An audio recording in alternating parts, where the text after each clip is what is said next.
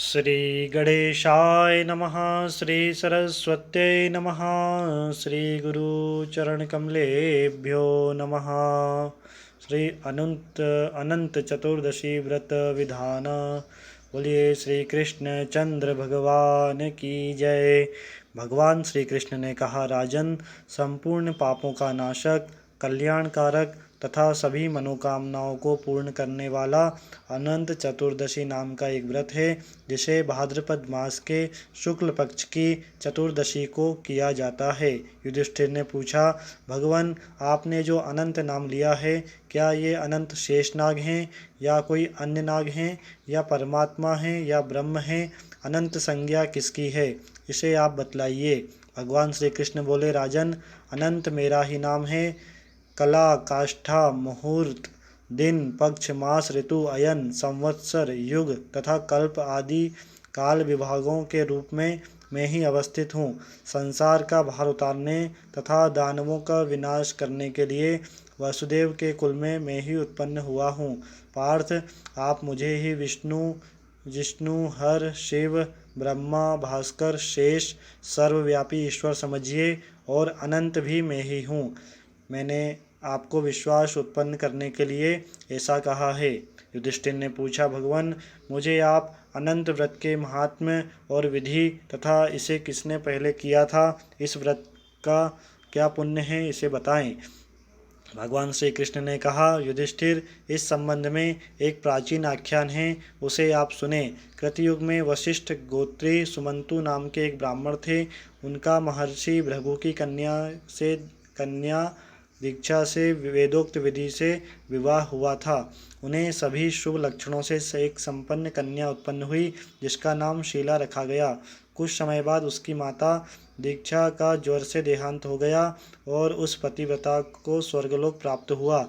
सुमंतु ने पुनः एक कर्कशा नाम की कन्या से विवाह कर लिया। वह अपने कर्कशा नाम के समान ही दुशील, कर्कश तथा नित्य कलह कारिणी एवं चंडी रूपा थी। शीला अपने पति के घर में रहती हुई दीवाल, देहली तथा स्तंभ आदि में मांगलिक, स्वस्तिक, पद्म, शंख आदि विष्णु चिन्हों को अंकित कर उनकी अर्चना करती रहती। सुमंतु शीला के विवाह की चिंता होने लगी। उन्होंने शीला का विवाह कौंडिन्य मुनि के साथ कर दिया। विवाह अनंतर सुमंतु ने अपनी पत्नी से कहा, देवी, दामाद के लिए पारितोषिक रूप में कुछ दहेज द्रव्य देना चाहिए। यह सुनकर कर्कशा क्रुद्ध हो उठी और उसने घर में बने मंडप को उखाड़ डाला तथा भोजन से बचे हुए कुछ पदार्थों को पाथे के रूप में प्रदान कर कहा, चले जाओ। फिर उसने कपाट बंद कर दिए। कौंडिन्य भी शीला के साथ लेकर बैलगाड़ी से धीरे धीरे वहां से चल पड़े।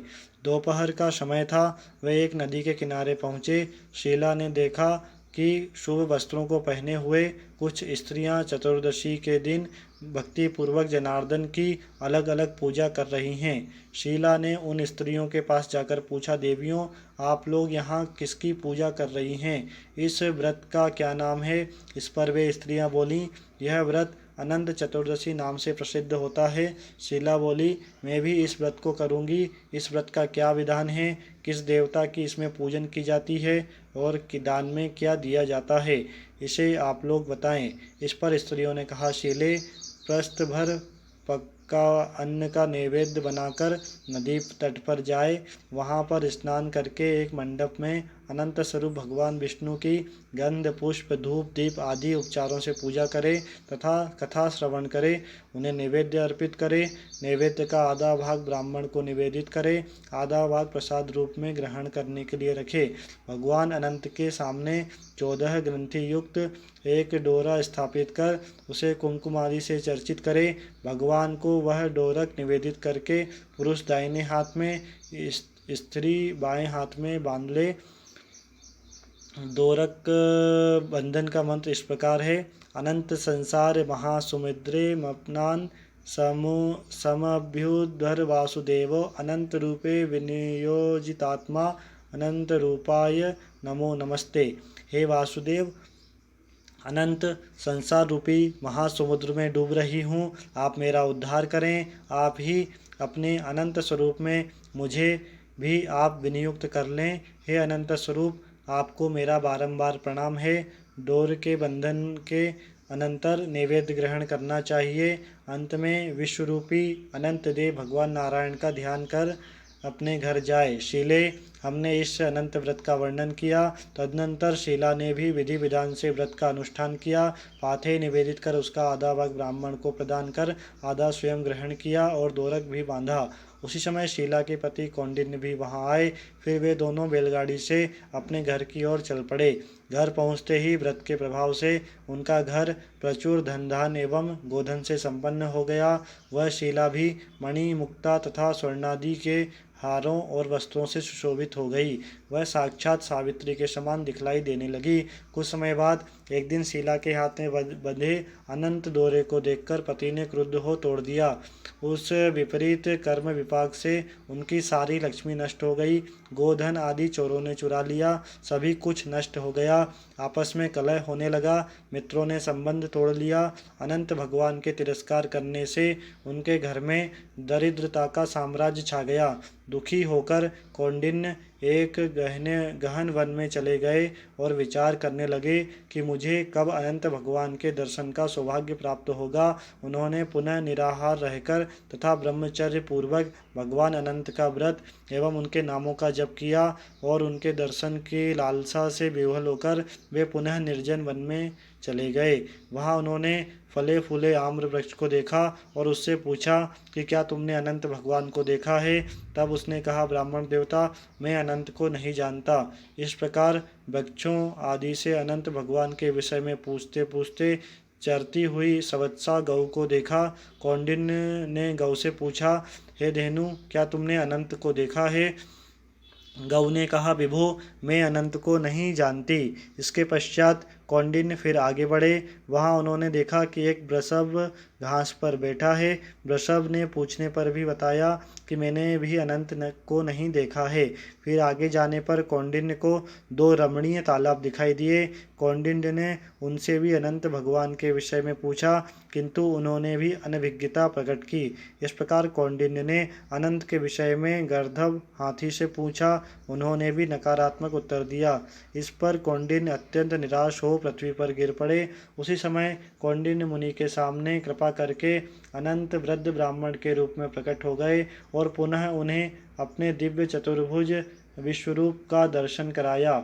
भगवान दर्शन कर कौंडिन्य अत्यंत प्रसन्न हो गए और उनकी प्रार्थना करने लगे तथा अपने अपराधों के लिए क्षमा मांगने लगे। पापोहम पाप कर्माहम पापात् मा पाप संभव त्राहि मां पुंडरीकाक्ष सर्व पाप हरो भवो अदमे सफलम जन्म जीवनम चो सुजीवितम।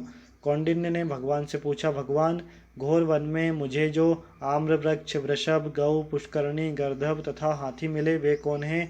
आप तत्वतः इसे बताएं। भगवान बोले, द्विजदेव, वह आम्र वृक्ष पूर्व जन्म में एक वेदज्ञ विद्वान ब्राह्मण था, किंतु उसे अपनी विद्या का बड़ा गर्व था। उसने शिष्यों को विद्या दान नहीं किया, इसलिए वह वृक्ष योनि को प्राप्त हुआ। जिस गौ को तुमने देखा वह उपजाऊ शक्ति रहित वसुंधरा थी। वह भूमि सर्वथा निष्फल थी, अतः वह गौ बनी। वृषभ सत्य धर्म का आश्रय ग्रहण कर धर्म रूप स्वरूप ही था। वे पुष्करिणियाँ धर्म और अधर्म की व्यवस्था करने वाली दो ब्राह्मणियाँ थीं। वे परस्पर बहिनें थीं, किंतु धर्म अधर्म के विषय में उनमें परस्पर अनुचित विवाद होता रहता था। उन्होंने किसी ब्राह्मण, अतिथि अथवा भूखे को दान भी नहीं किया। इस कारण वे दोनों बहिनें पुष्करणी हो गईं। यहाँ भी लहरों के सामने आपस में उनमें संघर्ष होता रहता है। जिस गर्दभ को तुमने देखा वह पूर्व जन्म में महान क्रोधी व्यक्ति था और हाथी पूर्व जन्म में धर्म दूषक था। हे विप्र, मैंने तुम्हें सारी बातें बतला दी। अब तुम अपने घर जाकर अनंत व्रत करो। अब मैं तुम्हें उत्तम नक्षत्र का पद प्रदान करूंगा। तुम स्वयं संसार में पुत्र पौत्रों एवं सुख को प्राप्त कर अंत में मोक्ष प्राप्त करोगे। ऐसा वर देकर भगवान अंतर ध्यान हो गए। कौंडिन्य ने भी घर आकर भक्तिपूर्वक अनंत व्रत का पालन किया और अपनी पत्नी शीला के साथ वे धर्मात्मा उत्तम सुख प्राप्त कर अंत में स्वर्ग में पुनर्वसु नाम के नक्षत्र के रूप में प्रतिष्ठित हुए। जो व्यक्ति इस व्रत कथा को करता या इस कथा को सुनता है वह भी भगवान के स्वरूप में मिल जाता है। बोलिए श्री अनंत भगवान की जय।